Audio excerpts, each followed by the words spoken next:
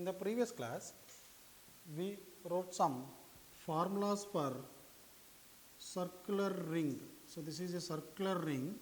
If the axis is passing through the center of mass like this, and if the ring is rotating in clockwise or anti-clockwise direction, the moment of inertia is 1 by I is equal to mr square. Suppose if this ring is rotating about this axis instead of this center of mass, axis passing center of mass. Let us say axis is passing through this circumference of this ring. Then the ring would move like this. That means the next position will be like this, next position will be like this. So the ring is rotating like this. In this case, the moment of inertia will not be I is equal to mr square. Now, how to find moment of inertia if the axis of rotation is not passing through the center of mass? Yesterday I gave all the formulas where the moment of inertia of all those geometrical shapes are only if the axis is passing through the center of mass of the body only. Now, if the axis is outside the body, let us say this is the axis through center of mass, let us say this is the axis. Let us say this ring is rotating like this around this axis, then the moment of inertia will not be I is equal to mr square. So, for such a type of problems, we need this parallel axis theorem. Why? Because here this is the axis which is passing through the center of mass, this is one more axis. So, here I am going to show the axis that is passing through the center, I am denoting with the red color marker, and one more axis is with the blue color one. So, these are the two parallel axes. So, to find the moment of inertia of this body about this axis, I need to use a parallel axis theorem. So, what is this parallel axis theorem statement? Here, the moment of inertia of a plane body or lamina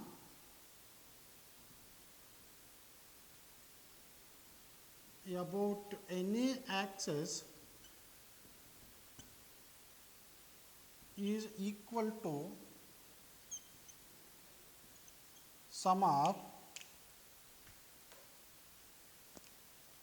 moment of inertia of that body, of that plane body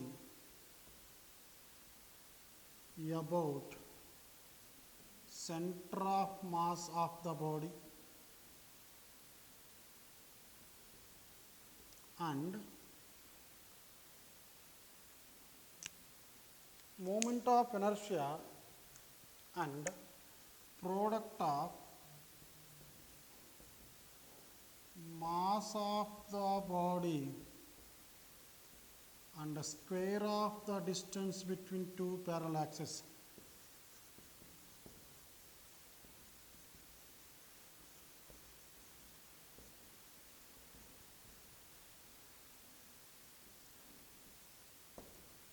So, this is the statement. Be careful here.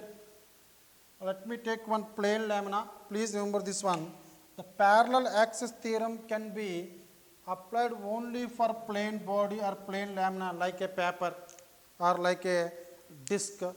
So, here what I am going to do, so this is a plane body.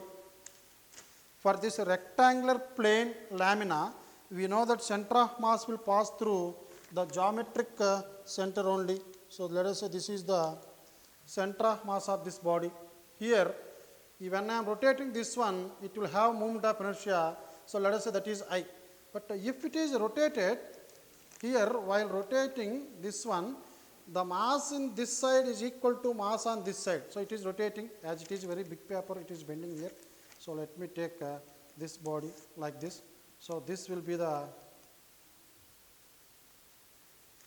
center of mass of this body. So, when it is rotating like this, see this portion are equal. Similarly, this portion is also equal. While rotating this one, it is rotating about the center of mass. Now, that moment of inertia of this body about that center of mass is equal to I. If I keep here, then if I am rotating like this, now the moment of inertia is not equal to that I, it will be different. So, please remember the parallel axis theorem can be applied only for plane laminas.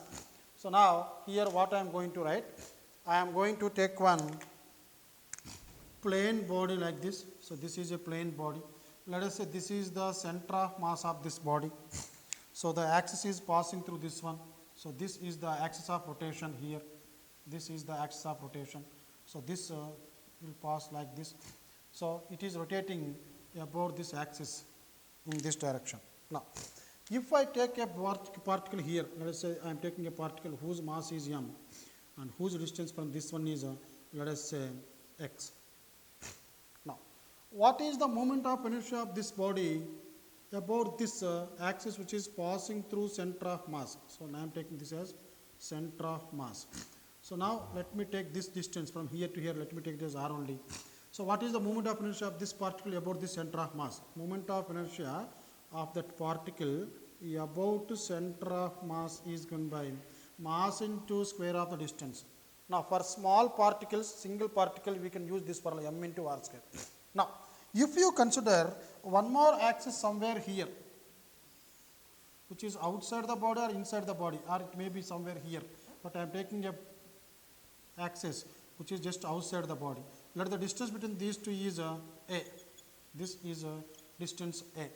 Now, what is the moment of inertia of this particle? Now, the body is moving like this, and distance of this particle from this axis, new axis is, let me take this as AB.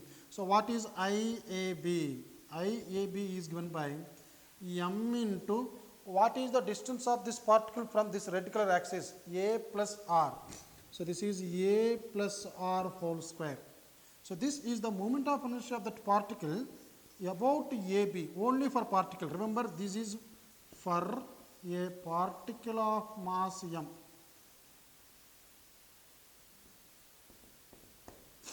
Now, what is a moment of inertia of plane body, complete body about AB axis, about AB. So, I am going to write IAB is given by sigma m into A plus r whole square, because I need to add moment of inertia of this particle about this axis, this particle about this axis, this particle about this axis, this particle about this axis. So, I need to add all these. So, finally, what I am going to get? IAB is given by sigma m into A plus b whole square, A square plus b square plus 2ab, that is A square plus r square plus 2ar, which is given by sigma m into A square plus sigma m into r square plus sigma m into 2ar. So, this can be written as the moment of inertia of the body about an axis AB is given by, what is this value? Sigma into m. Sigma m means here A is constant. This is the distance between the two parallel axes. Sigma m is nothing but the total mass of the body. So, what I am going to write here? This is m into, this is A square plus, this is a sigma mr square, which is nothing but moment of inertia of this body. This is for one particle. For body what you can write? Sigma mr square. So, this is for body, complete body. So, this is a I CM or COM, what will be? COM plus, here you can see sigma m into r into 2a. We know that the algebraic sum of all the moments of masses about center of mass is always 0. That is, about Cm, sigma mr is always 0.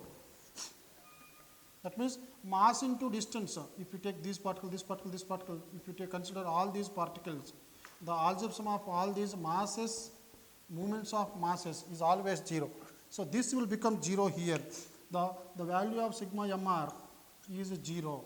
That is why the final expression will be IAB, the moment of inertia of that body about an axis, that is red color axis, is given by moment of inertia, sum of the moment of inertia of this body about center of mass plus mass of the body into square of the distance between the two parallel axes.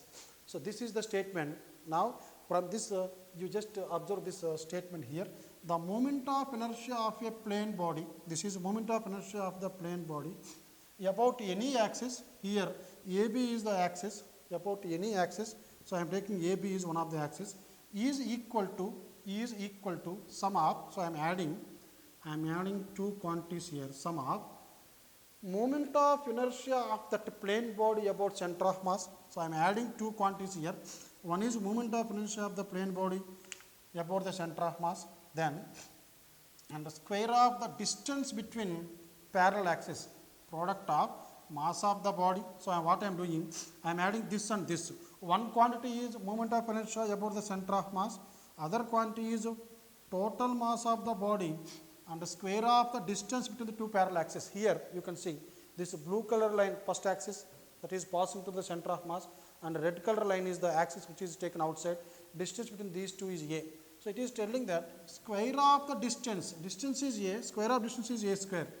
So what I am going to do here, I am adding the moment of inertia of this body about center of mass plus total mass of the body and the square of the distance between the two parallel axes. So this is the statement. So very, very important statement for calculating moment of inertia of a body about any other axis which is not passing through the center of mass. Of parallel axis theorem. So this is a disc. So let me take the center of mass of the disc here. So let us, it is rotating like this. So what is the moment of inertia of a disc about an axis passing through the center of mass and perpendicular to the plane of this one. So this is the plane, this is the axis. So when it is rotating like this, the moment of inertia of the disc about the axis which is passing center of mass and perpendicular plane is given by mr square by 2. So here I am going to draw this one. So if you take this disc here, so this is the disc here. Let the mass of the disc is equal to m. This is the center of mass of the disc, and here I am going to show the axis like this because it is passing like this. So here this is the axis which is acting into this one. Let the radius of the disc is equal to r. Let the total mass of the disc is equal to m. So what is the moment of inertia of the disc about an axis passing through center of mass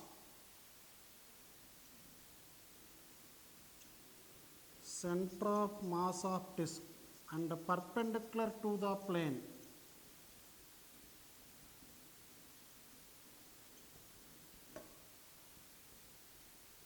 So this already I gave this formula, and its value is given by I is equal m into r square by 2. Remember students, for a ring this is mr square only, as it is a disc. So yesterday I showed this disc as like this, some lines.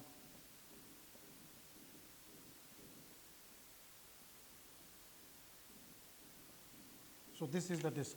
Now how to find the moment of inertia of the same disc if a axis is not passing to the center of mass? Let us say axis is passing somewhere here, that is about a point on the circumference of the disc perpendicular to the plane only. So this finger is the axis. Now let us say instead of rotating about this axis, let us it is rotating about this axis like this, So if it is rotating like this, what is the moment of inertia? So the new axis is somewhere here, which is parallel to the axis that is passing to the center of mass. So these two are the parallel axis. Now this axis, let me take it as AB axis, and this axis is the center of mass, the axis passing the center of mass. According to parallel axis theorem, I can write the moment of inertia of that disc about AB is equal to moment of inertia of the disc about center of mass plus total mass of the body and the square of the distance between the two parallel axes.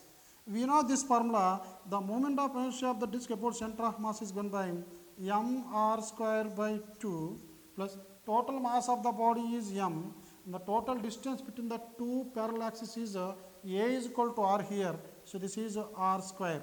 So now if you take LCM, this will become 2, this is mr square, this is 2 mr square. So answer will be 3 by 2 mr square. This is how we can find the moment of inertia of this disc if the axis is passing through the edge of this disc and perpendicular to the plane. Now instead of here, let us say if the axis is passing somewhere here, it is at a large distance from the center of mass of this disc. If it is rotating like this about this axis, then what is the moment of inertia?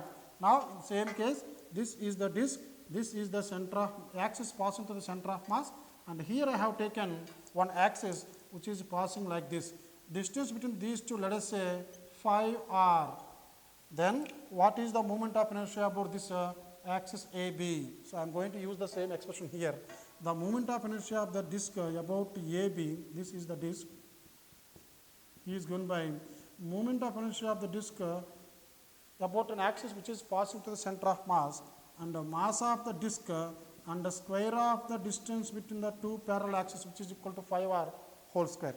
So this value I know, this is mr square by 2 plus m into 25r square. So 25 2 is 15. So this will become 51 by 2 mr square. This is how you can find the moment of inertia of a disk. Now, one more application. Now, let me take a thin rod. So let us say this is not a scale, this is a thin rod whose thickness is very small and this width is also not there. This is very thin here. Let us just assume that this is a thin rod. Yesterday I gave a formula. The moment of inertia of this rod about the center of mass perpendicular to its length and passing through the center of mass is given by ml square by 12. So I am going to use this formula here. The moment of inertia of a rod, thin rod, remember this rod, and this is the center of mass, and this is an axis which is perpendicular to this length. Let the mass of this rod is m, length of this rod is equal to L. Now, what is the moment of inertia of this rod about the center of mass? About center of mass, this is given by m into L square by 12. Now, if you take one axis somewhere here, let me take this axis as AB axis. So, formula parallel axis theorem is IAB is equal to ICM plus MR square. ICM is equal to ML square by 12 plus total mass of the rod M and the distance between the two parallel axes. So, this is the axis passing through the center of mass and this is the axis passing through the edge. Total length of the rod is L, but this length will be L by 2. So, the distance between the two parallel axes here is L by 2 whole square. So, this can be written as ML square by 12, ML square by 4. So, if you take LCM 12, this will become ML square. So, this will be 4, 3 ML square. So, from this if you add these two, you will get 4 ML square by 12, or the final expression is M L square by 3, 4 1s, so 4 3s. So, this is the moment of inertia of a thin rod about an axis which is passing through the edge of the rod and perpendicular to its length or from one of its end like this. So, now that means previously this rod is rotating like this.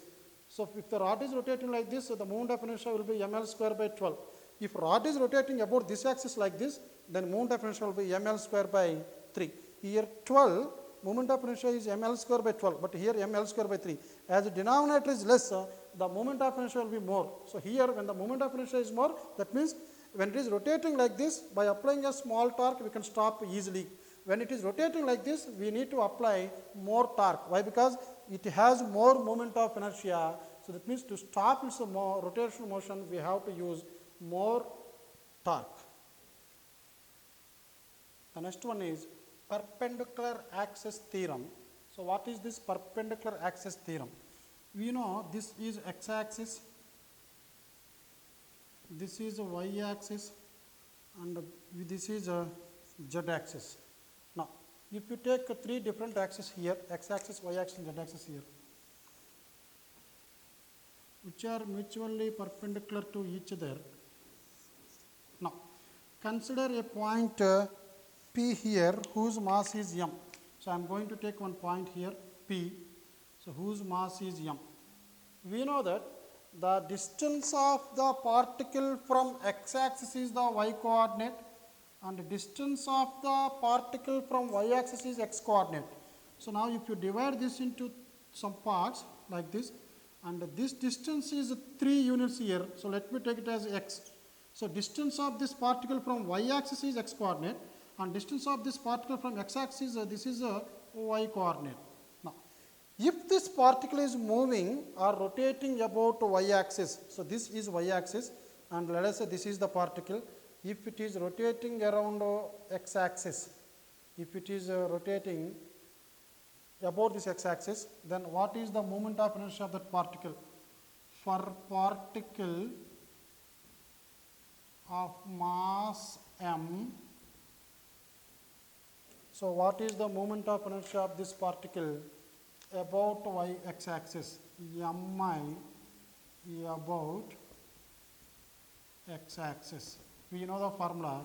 This I will write Ix because moment of inertia about x-axis, mass of the particle and the distance between the axis to this particle, that is y square. Similarly, what is moment of inertia about y-axis?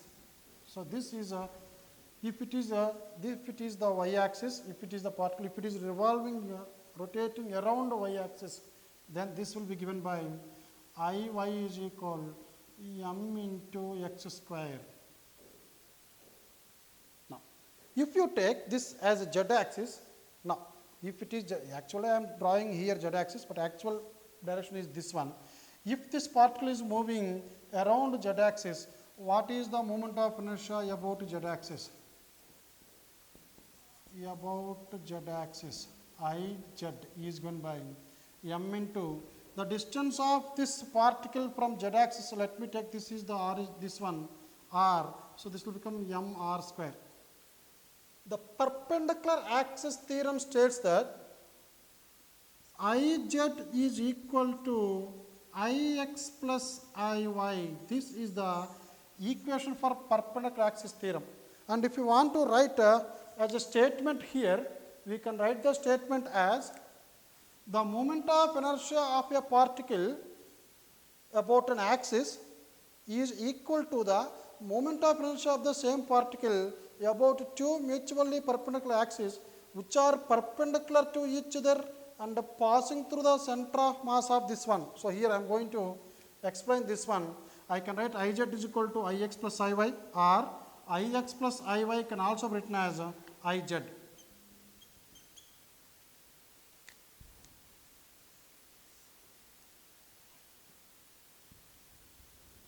Now, the statement is, this is by adding these two I am going to get this one.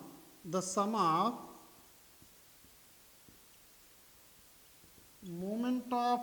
moments of inertia, moments of inertia of a body, or here I am taking a particle only, but generally this can be applied not only for particle, this can be applied for body also. So sum of, I am adding these two, sum of moments of inertia of a body about two mutually perpendicular axes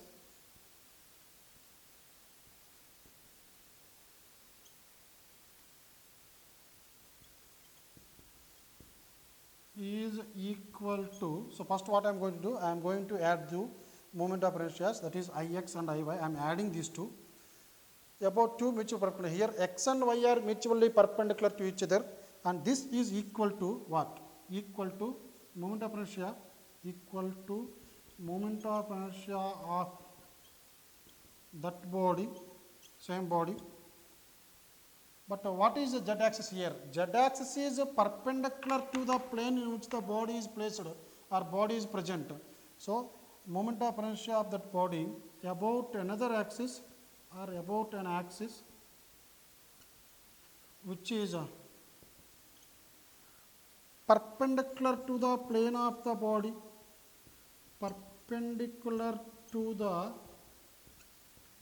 plane of the body, the plane at which the body is present, plane of the body,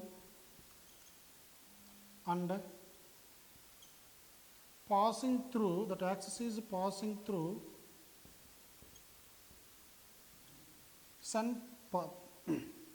passing through the point of intersection of